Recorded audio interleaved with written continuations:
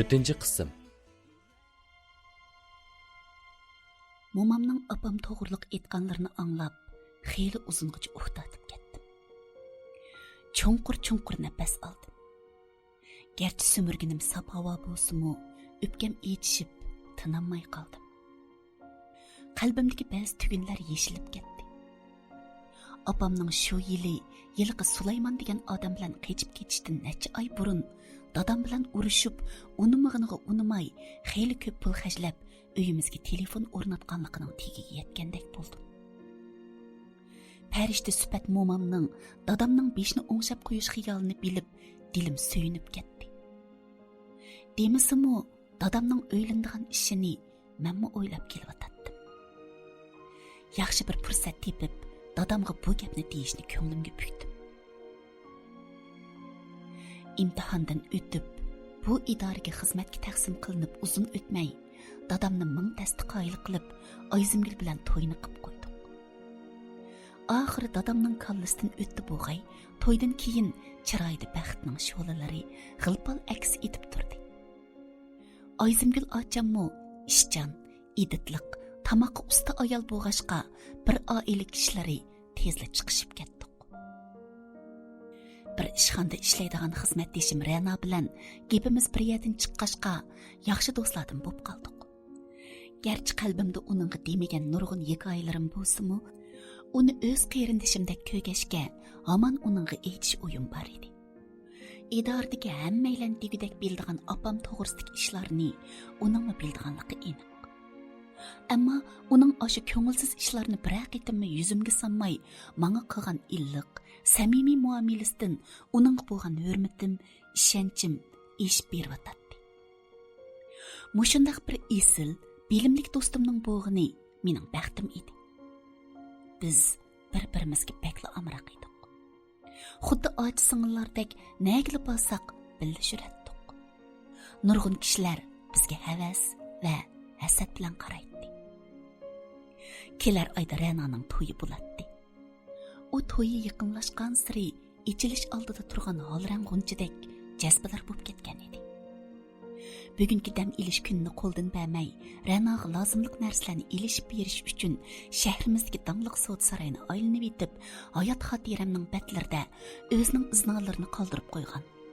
Ammo men qayta varaqlab aslashni xohlamaydigan to'liq o'tirdagi saboqdoshlarim O'tkir bilan Sharipani ko'rib, nima qilarimni bilolmay, tanqitib turib qolgan edim.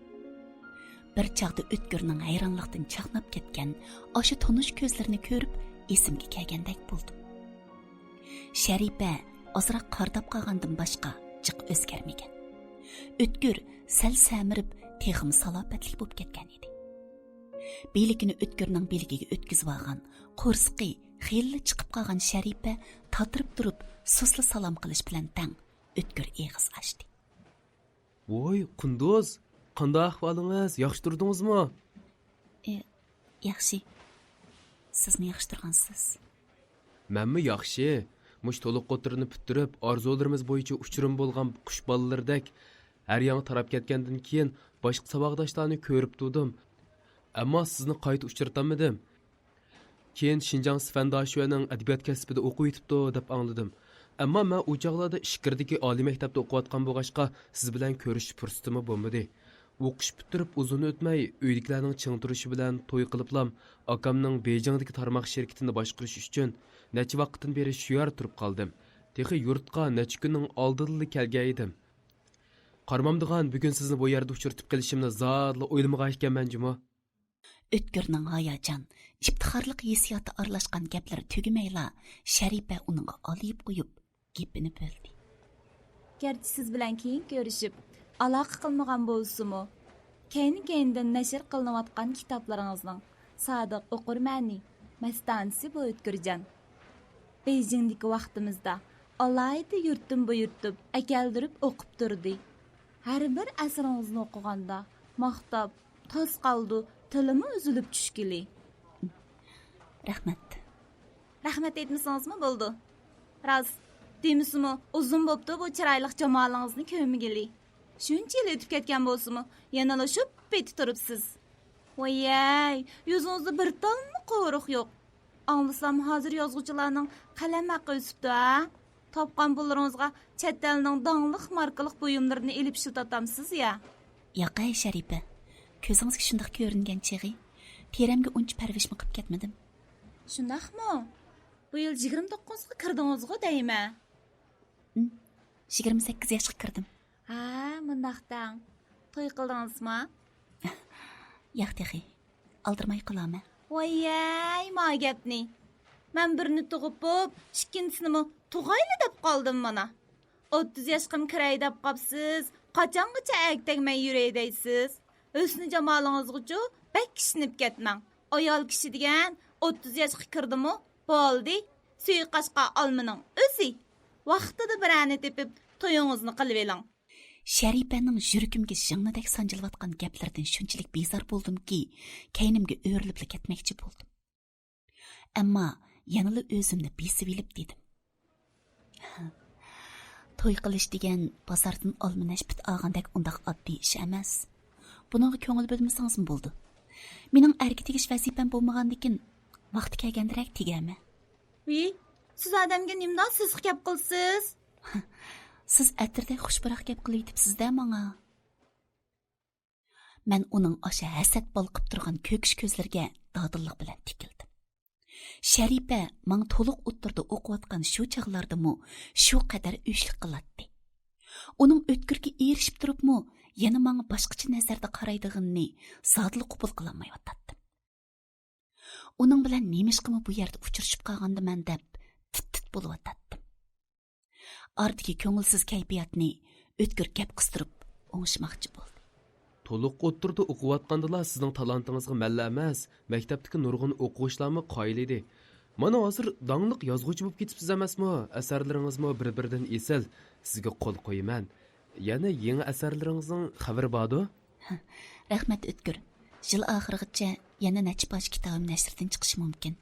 Pah, ajab yaxshi. Usulbek mo'lg'o sizda.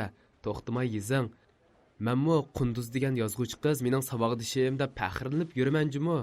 Sharipa o'tkirning belikidan qo'lni silkib ochirtib dedi. Voy faxrlanmamdigan. Siz faxrlanmasangiz kim faxrlandi?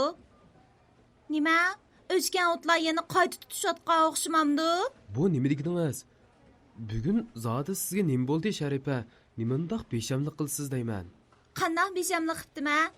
Qunduzni ko'rib ko'zlaringiz nurlanib, seg'izgandek changildab ketdingiz. Jim turib bersam bo'lamtamsa? Qimlashmagan. Mening ko'zingizga elibmi qo'ymay, uningga och qolgan o'g'ri mushukdek tikilibli ketdingiz ya. Mening yaningizda borligimni unutib qolmangchi-mi, O'tkirjon? Men degan sizning xotiningiz. Yana sizga shuni deb qo'yay Qunduz. Yozg'uchi bo'ldim deb to'liq ko'ranglab ketmang. Yo'lvas yilda birni, ikki yilda 10 ni kichiklaydi. Ming parcha roman yozsangizmi, televizor radiolarda to'xtamay ziyorat qilinsangizmi, baribir Arzigul Dangdarning qizisiz. Tapınımdan kirgan soğuk bir iqim menamga tepdi. Siz ot nim demakchi? Nim demakchi bo'g'unim? O'zingizga ayon yozg'uchi xonim. Tuyuqsizlik bayotdan beri sukut turgan Rana Sharipaga o'rpaydi. Qandaq chidmayotamsiz? Chidmagan bo'lsangiz-chi sizmi yozing? Oshundaq esil kitoblarni toza. Shu chaqda sizning-chi ziyorat qilg'ili kep qaz ajab emas.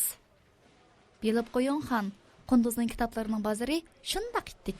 Hatto ba'zi kitoblarni-chi necha qatim qaytib esildi.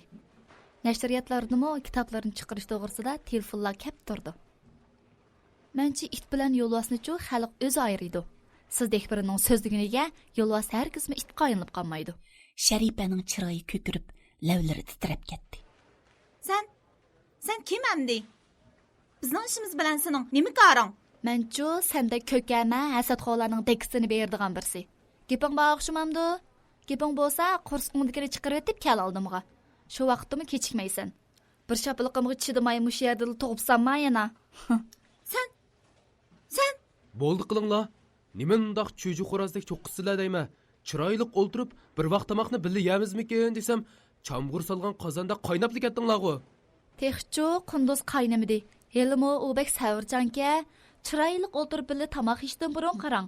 Mao xotiningizga qandaq odam bo'lishni, kishilarni qandaq hurmat qilishni o'ptara qo'ygutan. Nimandaq adabsiz tarbiya ko'rmagan bir nima bu? Gap qilmay tursak, hijab avzaylab ketdi ya. Sen kimdin? Mening erimga yo'l yo'riq ko'rsatgudek. Paskina, qarab tur. Ra'no bilan Sharifa bir-birining chechiga changi sog'il tas qoldi. O'tkir bilan ikkimiz ularni tasdi besiq turib, to'limi o'ng'aysiz ahvolda bir-birimizga xo'shmi demay ayrildik. Ichimda bir o't gurildab kuyayotdi. Bu o't biroqla g'oyat zo'r yolqinga aylanib, butun koinotga tutishib, daqiqa ichida hammani kul qilib yetadigan qiladi. Soda saroydan qandoq chiqqanimni bilmayman. Rangdor chaqchuqlar yotqizilgan piyodalar yo'lida Ra'noning biligiga esilgan holda mastak o'ng'il-do'ng'il dastlab ketyapman. Kallam qop-quruq. Tomirimda kuvajab eqiyotgan qonlarim qandoqdir bir ko'zga ko'rinmas, yalmavuz tarafidan sho'rab ketilgandek o'zimni shu qadar mag'dursiz, jonsiz sezmoqdaman. Ra'no nimalarnidir deb to'xtamay gap qilyotdi. Ammo u nima deyotdi? Birisimi qulqimga kirmaydi. Shuncha yillardan buyon untinsiz tirishib, mayli xizmatda bo'lsin yoki adabiy ijodiyatda bo'lsin, yaxshi natijalarni qo'lga keltirish uchun to'xtamay kurash qilganim rost. Tortgan jafoyimga tushliq natijalarimni ko'zga ko'rinarlik bo'ldi. Ammo men nemishqa buncha tirishchan bo'lib ketdim. Nemishqa yoshlik bahorim boshqa qizlarga o'xshamaydigan bir xil ravishda o'tdi. Ham o'tib ketyotdi. Boshqa qizlarning turmushida to'limi go'zal muhabbat hikoyalari bor. Nemishqa meninkida yo'q. Nemishqa ularning muhabbat sharobidan mast bo'lib xumorlashgan ko'zlari mening tiniq ko'l suyiga o'xshaydigan ko'zlarimdan farqli. Aşk qizlarning ko'pincha vaqti o'zini pardozlash, kelishgan yigitlar bilan sayli sayohat qilish, muzikalik klublarga berish bilan o'tsa, mening vaqtim kompyuter oldida soatlab o'ltirib asar yozish bilan o'tadi. Nemishqa ularning do'stlari shuncha ko'p, mening Ra'nodan boshqa bir tilkash do'stim yo'q. Nemishqa? Zoda nemishqa? Ajaba, men odamlar tarafidan tashlanib ketdimmi yoki men ularni tashlab etdimmi? Mening ko'z yaproqlaridek to'kilgan daryo ko'z yoshlarim nemishqa men yozgan o'sha asarlar qo'yniga jimmida singib ketdi. Yo'q. Men bundoq ko'ngilni g'ash qiladigan oyiq chiqmas xiyollarni qilsam bo'lmaydi. Men degan boshqalarga ruhiy oziq bo'la oladigan, ilhom bera oladigan, turmush purqi kuchlik asarni yozgan, ham yozayotgan, hammaning diqqat e'tiboriga ilinayotgan qalamkash. Men tushkunlashsam bo'lmaydi. Menda sog'lom bir psixika bo'lgandala, ondan o'qirmanlarning kutganidek yaxshi asarlarni yoza olayman. Bunchalik ko'ngilsizlik degan nima-de? O'tib ketadi. Tez o'tib ketadi. Xuddi o'g'ri shamoldek. Faqat o'ylamay desam-mu, shu chaqlardagi yuragimga o'rnab qolgan o'sha ochiq kartinalar qalb ro'jaklarimdan mo'rlab, asta hayot xotiram ichidan sug'urilib chiqib, olvundek jilmayishga boshladi.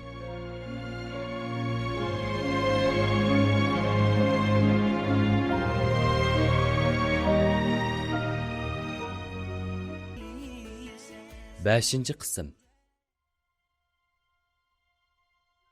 Boshlang'ich maktabning 5-yilligida o'qiyotgan chog'larimda sinf mudirimizning topshiriqi bo'yicha yozgan shu maqolam maktab bo'yicha munavvar maqola mukofotiga erishdi.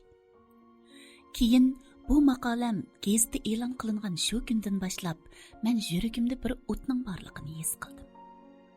Va keyingi kunlarda adabiyotni bir kunmi turmushimdan neri qilmadim. Har bir yangi nashr qilingan kitob mening nazarimdan qechib qutulolmadi. Balaliqim aşı dasta kitaplarning orasida o'tdi. Momam bilan dadammo mening adabiyotni to'limi yaxshi ko'rganimni bilgandan boshlab meni qo'lladi ham mendan mamnun bo'lishdi.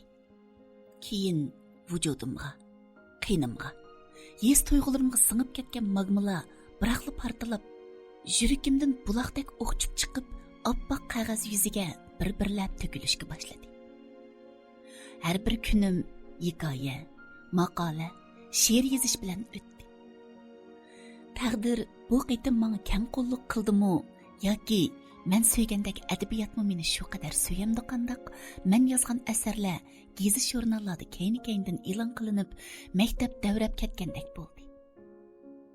Мәктәпнің ішчі сыртыда маңа әвәс білән тікілген көзләрні көріп, яны кимләрніңдір әсәрлерімді толымы яқтырып оқығанлықыны, мәнден пәхірлінғанлықыны аңлап, чексіз іптихарлық есиятыға чөмілдім.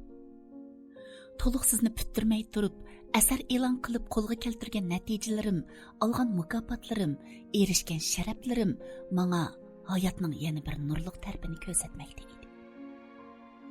Жүргімді өзімге болған ішенч, бұқсырышке башлап, қалбім olamchi ma'nolarga to'lganda men adabiyotdan iborat eng buyuk bir do'stga erishgan edim. To'liqsiz 3-yillikda o'qiyotgan yili bolalar turmushi aks ettirilgan har qaysi gazet jurnallarda e'lon qilingan hikoya maqolalarimni to'plab nashriyotga avatgan edim. Ammo xeyli bir chaqqicha hech qanday uchuri bo'lmadi. Keyin menmi davomliq boshqa yangi temalardagi asarlarni yozishni to'xtatmadim. O'ylab baqsam, shu yillarda adabiyotlar mening eng yaxshi tilkishim ekan. Uning bilan sirdashsam, o'zimni ko'kda qanot qiqayotgan qushdek erkin, shodaman sezatdim.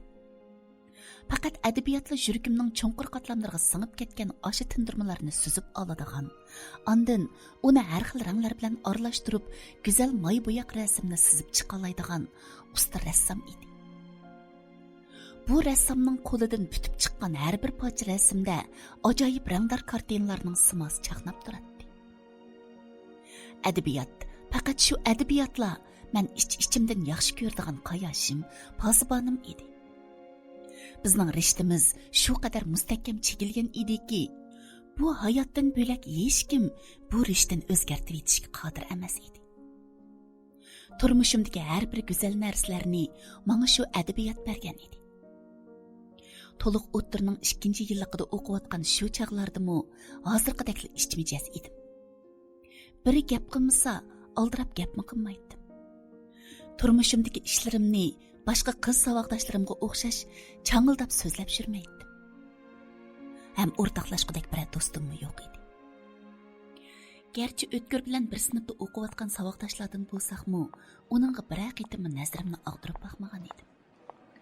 Shu kuni adabiyot dars beradigan sinf mas'ulimiz Rashida muallim tuyuqsiz sinfga qo'lidagi muqovuzi to'limi ko'rkam ishlangan bir kitobni ko'tarib kirdi.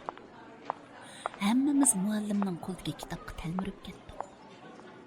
Muallim to'limi hayajonlangan holda dedi: Saboqdoshlar, tepib yiqinglarchu, bu kitobning avtori kim? Hammamiz beshimizni chayqashdik. Muallim to'limi hayajonlangan holda chunqur bir nafas elib etib, yenik qadamlar bilan mening yonimga keldi-da, meni asta o'rnimdan turg'izib dedi: Bu kitobning avtori bo'lsa, to'liq so'zlimi bizning mush maktabda o'qigan, bizning sinfning munavvar o'quvchisi, maktabimizga sharaf keltirgan Qunduz bo'ladi. Quloqlarimga ishonmagandek, muallimning qo'lidagi kitobga qaradim. Kitobning cho'qqisiga yozilgan Qunduz Qudrat degan ismim o'tdek yenib turadi. Tuyuqsiz kelgan bu xushalliqdan yuragim tipchaklab ketdi. Hayajondan ko'z chanoqlarim yoshga to'ldi. Muallim meni bag'riga besib, peshonamga so'ydi. Saboqdoshlar, nima qarab tursizlar? Sinfda guldiras olqish sadosi yangradi. Muallim qo'lidagi kitobni menga sundi. Men kitobimni bag'rimga bosdim. Boya Qunduzning dadisi meni ishxonaga izlab ketgan. Nashriyotdan avatgan kitobni Qunduzga o'qituvchisi bo'lish sifatim bilan o'z qo'lim bilan yetkazib berishimni, nashriyotdagilarning yana kitobni kelar oyda bozorga soldiganligini aytdi. Men Qunduzning kitobi bozorga selinganda, hammanglarga bu saboqdoshlarning kitobini setib olib, o'qib chiqishinglarni tavsiya qilaman. Shu kuni beshim ko'kka yetdi. Saboqdoshlarim bas-basda yenimga kelib, kitobimni o'rib-cho'rib qarab ketdi. Meni tabriklab, ayrim tamoqqa taklif qilganligini aytib, mehrini yetkazdi. Men bu daqiqalarda muvaffaqiyat qozongan har bir kishining o'ziga tushliq izzat-hurmatga, qadrlashga erishganligini tonib yetmoqda edim. Atisli o'tgur menga tashabbuskorlik bilan gap qilib, o'zining yiziqchilikqa qiziqadiganligini, xohlasam o'ziga yetakchilik qilishimni aytdi. Men bo'yi egiz, ko'zlari qop-qora bu yigitga qo'limdan kelishicha yordam qilganligimni aytdim. Shu kundan boshlab o'tkir bilan o'qigan har bir kitobni mulohiza qiladigan, yozgan asarlarimizni bir-birimizga ko'zitib, fikr taklif beradigan bo'lishdik. Bara-bara ko'zlarim sinibdan, to'p maydonidan, koridordan o'tkirni izlaydigan bo'lib qoldi. O'tkirmi menga bakli illiq muomala qiladi. Uydan akagan yaxshi yemakliklarni unimag'inimga unimay men bilan birga yeydi. O'tkir menga qancha yaqinlashgan seri Sharipaning qapoqlari turilib qoladi. Tayini yo'q ishlarni bahona qilib o'tkirni yeniga chaqiradi. O'tkir yana bir damdala mening yenimda paydo bo'lib illiq kulimsiraydi. Menga bakmi amroqligini, menga har jihatdan qoyil ekanligini aytadi. Shu kuni sinfni tozalash navbati yana bir qiz saboqdashim bilan menga kelgan edi. Materiallarimni yig'ishtirib bo'lib, qo'limga amdila supurgini ilishimga Sharipa ko'kish ko'zlaridan muz yog'dirib, yenimga kelib qoldi. Ayting, sizning zodi nima maqsadingiz bor? Nimani aytdimi? O'tkirni afsun o'qigandek, atrofingizni parvondek cho'klaydigan qilib qo'yib, mendan tortib olmoqchimi? Bilib qo'ying, mening o'tkirga ko'nglim bor. Chiroyimga tayinibla uni o'zimga qartolman deb xam xiyol qilmang. Agar menga berib butun dunyoni beraydisizmi, men o'tkirdan voz kechmayman. Tinimdan jinim chiqsa chiqadiki, qo'limdan o'tkirni chiqarmayman. Ashki to'tal bir nimalarni yozib qo'yguningizga o'zingizga uncha tamanna qo'yib ketmang. Boshqalardan anglasam, sizga o'rimchilik bir baldan doim xat keldi ekan. Sharipa, siz nimalarni deydigansiz? O'tkir bilan ikkimizning o'ttirisida hech qanday ish yo'q. Biz faqat saboqdosh, ham gapimiz bir yerdan chiqqandan yaqin o'tdik shu. O'rimchilik baliga kelsak, u mening turmushda shundaqla adabiyot jihati yaxshi sirdishim. Biz xat orqali bir-birimiz bilan fikr almashtirib tursak, buning bo'lmaydigan nari bor. Siz odamni nimanda xato tushungansiz? Ha, omi bo'pti. Hozircha o o'rimchilik balansi bir chetda turib tursin. Ajab sinfdagi shuncha ko'p o'g'illarning ichida birasi bilan gapingiz bir yerdan chiqmay, hech qaysi sizga yaramay, o'tkirga ko'z qazartish qo'ydili bo'layotamsiz. Bilib qo'ying, kichik vaqtimdan tortib orzu qilgan narsalarimga erishib kelgan qizman. O'tkir hozir muhabbatimni his qilmagan bilan u hamon bir kun meni qabul qiladi. Men uningga hamon erishiman. Bu qitim sizga chiroyli chidab qo'ydim. Yana o'zingizni bilmasangiz, mendan ranjimang. Men sizga dedim-ku, o'tkir bilan oramizdagi munosabat faqat saboqdoshlik munosabati. Shundaqmi? Qo'nchilgan gul echilmay qolmaydi. To'la oldimda yasalmalik qilmang. Siz tosh sanasangiz, men qum sanaymanmi? Siz bo'ldi. Siz bilan yana paranglashadigan vaqtim yo'q. Sharipa xuddi yerni uyutgandek dastlab ishga yeniga kelib, yerga shaloq qilib birini tukirib qo'ydi-da, sinfdan chiqib ketdi. Men lassada bo'shib ketdim. Shu kecha uzoq o'ylandim. Demasimi o'tkirga qiziqib qelyapti. Amaliyotda sezgir ko'nglim allburun o'tkirning ko'ngilligini sezib ulgurgan edi. Sharipaning tahdid aralash ochiq gaplaridan sal sagigandek bo'ldi. Ammo o'tkirdan yiroqlashishga, uning bilan notanishlardek puturli o'tishga ko'nglim zodli unmaydi.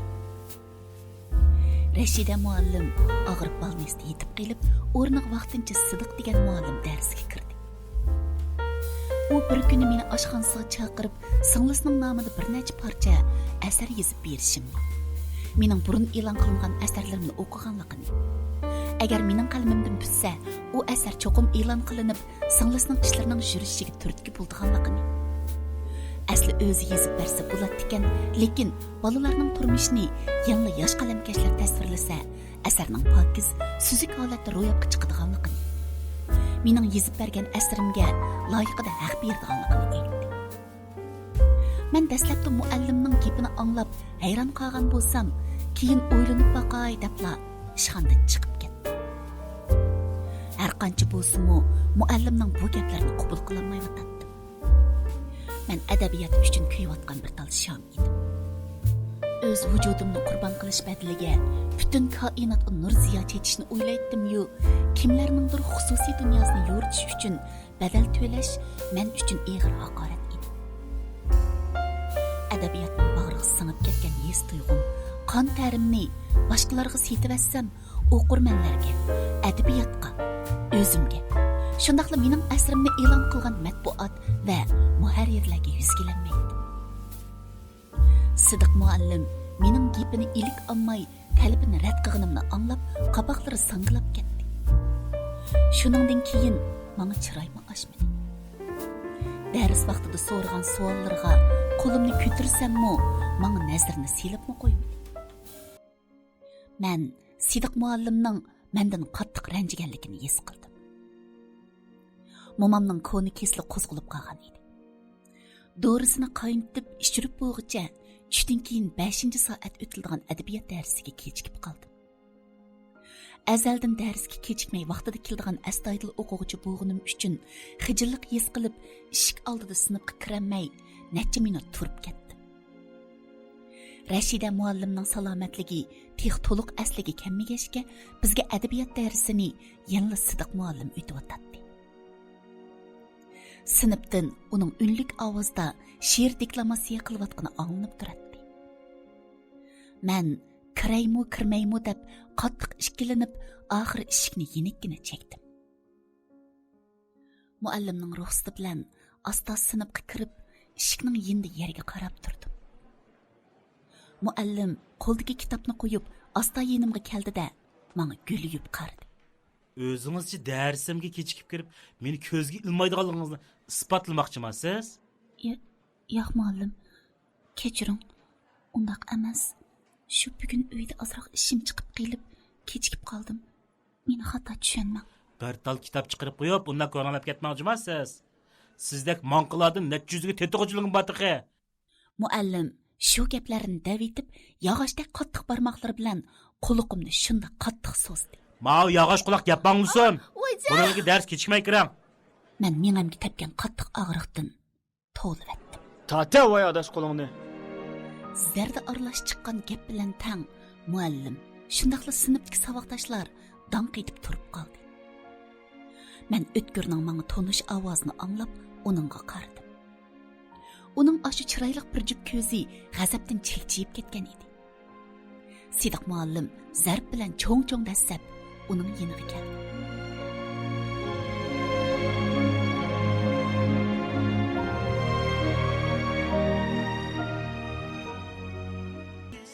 Oltinchi qism. Voy, kimingni adash davatsan sen so'yma? O'tkir muallimni mansitmagandek bir tarzda beshni yonto qilib turib dedi. Seni davatıman. Eshakning qulqi emas bu, odamning qulqi. Darsga kechikib qolganga shuncha qilish ketamda. Qunduzda nima uchun bor edi? Men bo'yiga yetib qolgan bir qiz bolaga sendek tarbiya qilgan o'qituvchini ko'rmagan juma. Muallimning chiroyi ko'kirib, lavlari titrab ketdi. U titrab turgan qo'llari bilan o'tkirning yoqasiga changal soldi. O'tkirmi uning yoqasini mahkam qamollashi bilan tang sinfdagi qizlar chiqirib, o'g'illar o'rto'pi bo'lishib ketdi. Angacha natchaylan ikki tarafga bo'linib, Sidiq muallim bilan o'tkirni ajratdi. Sinfdagi qiyoqas cho'qqanni anglagan qo'shni sinfdagi o'qituvchilar yugurib chiqib, mushni mahkam tugilib, yorlangan shirdek o'tkirga tashlanayotgan Sidiq muallimni sinfdan chiqib ketdi. Sinf birdinla chor bozordek qaynab ketdi. Men cho'ng bir gunoh o'tkazib qo'ygandek, beshimni to'van solgan holda o'rnimga kelib o'ltirdim-da, kelgundek yopirilib kelgan yoshlarimni bo'lishiga qo'yib etdim. Bir chaqda o'tkirning ovozi anglandi. Bo'ldi, ko'nglingizni buzmang-a. Yiningizda men bor. Men olqonlarim bilan yuzimni qamollagan holda o'zimni sirtqa otdim. Osh kundagi ish sinfda xeyli kunlargacha munozira bo'lib ketdi. O'tkirmi shu kun qilgan ish sabablik maktab rahbarligidan tanqid anglab, tekshirishnoma yozdi. Sidiq muallimmi shu ishdan keyin ko'zimizga bak chiliqmadi. Rashida muallim saqayib qaytib kelgichi bo'lgan orliqda boshqa bir muallim adabiyot darsini o'tishga o'rinlashtirildi.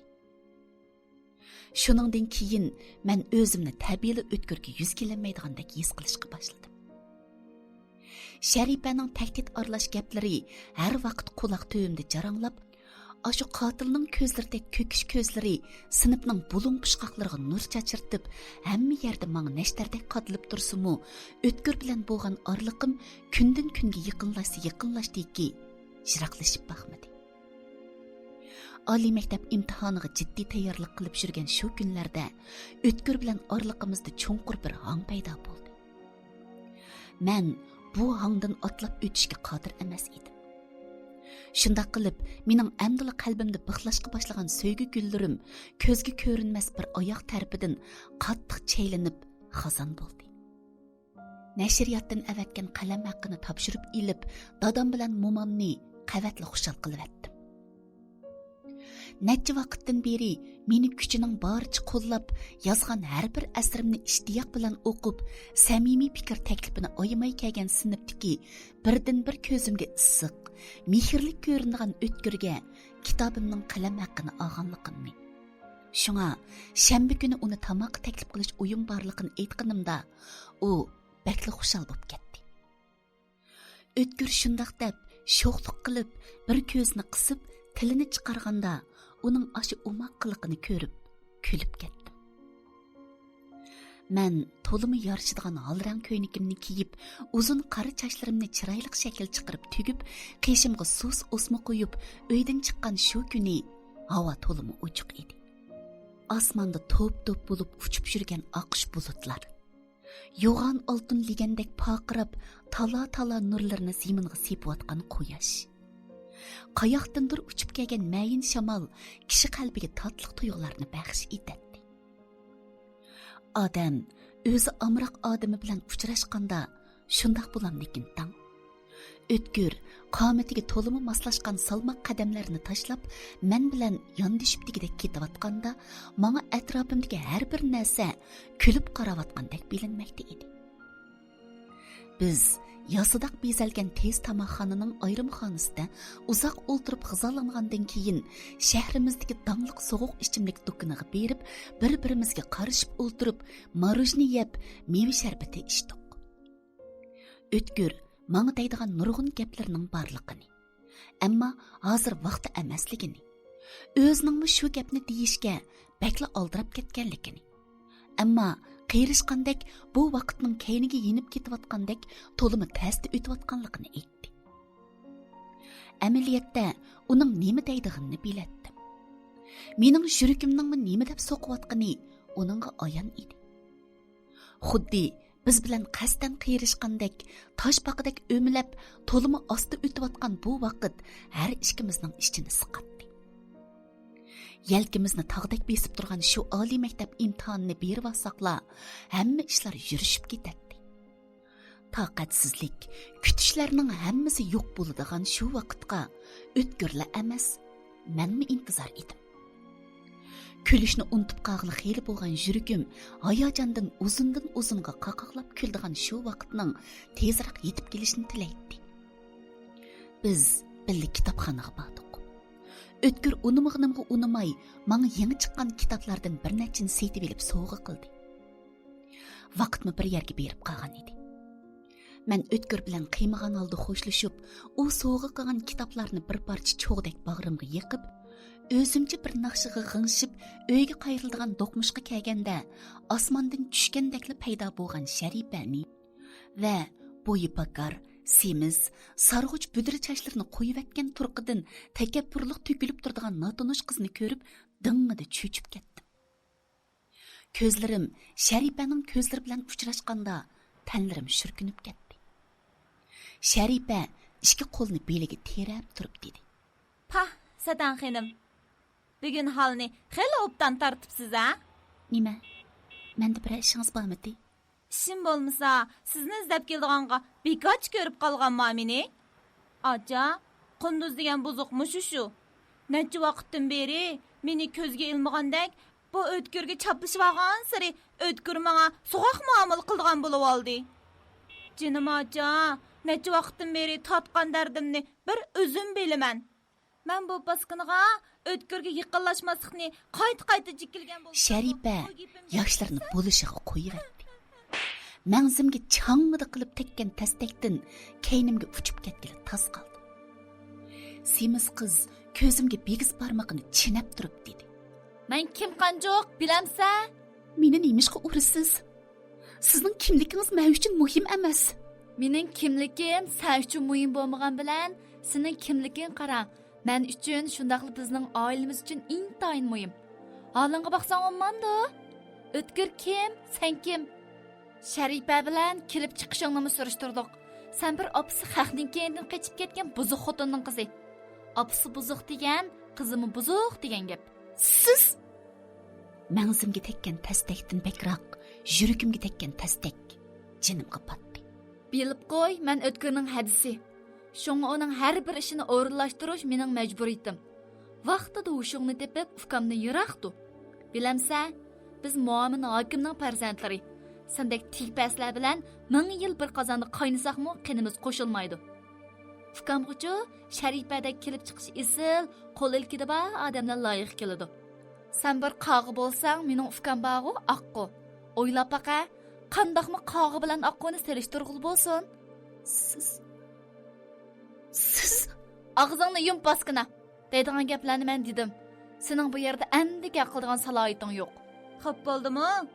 İztingizni qilib, o'tkirdan jiroq turing desam unamaysiz. Mana, hurmat sharobini ichmay, jazo sharobini ichdingiz. Yana o'shingizni topmasangiz, buningdan cho'ngroq mukofotmi bor sizga? Shundaqmi, acha? Albatta shundaq.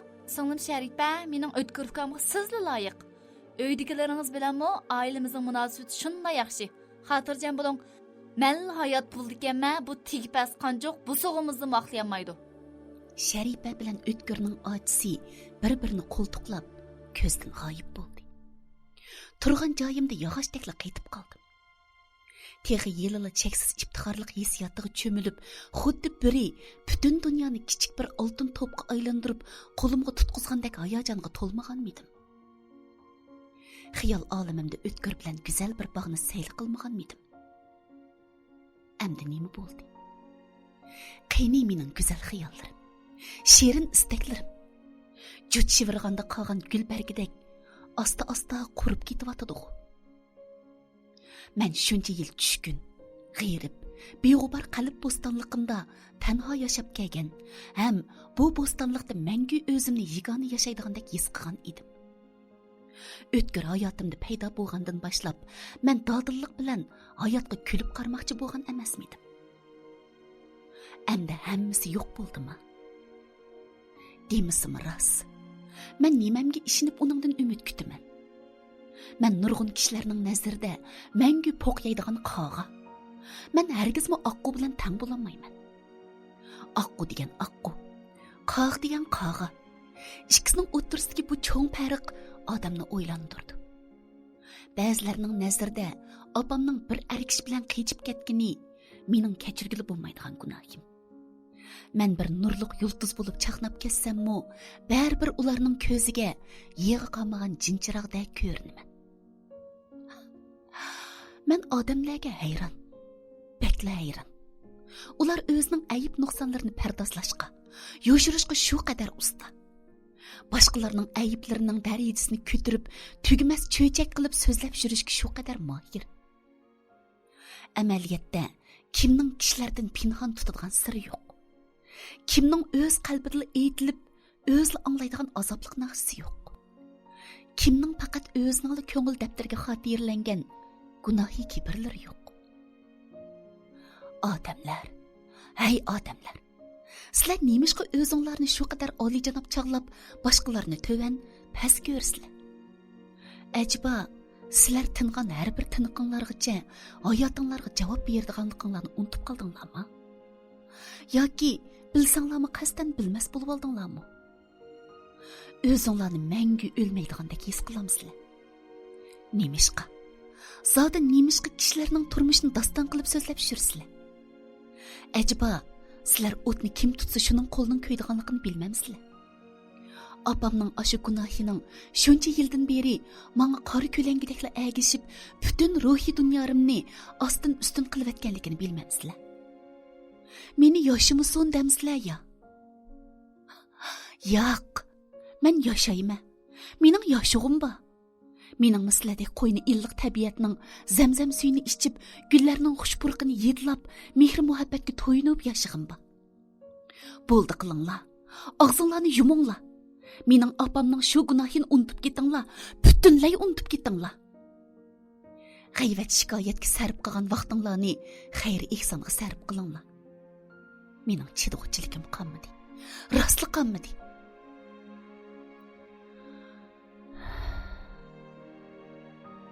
Uyga kiribla o't kavob bo'lib qizib ketdi. Momam bilan dadam kecha atrofimda paypitak bo'lib cho'gilab chiqdi. Bu ish menga bakli eg'ir kelgan edi. O'ylaydiganim ko'p. Azobliq, qirtaq xiyollarim bir-bir bilan chekishib ketdi.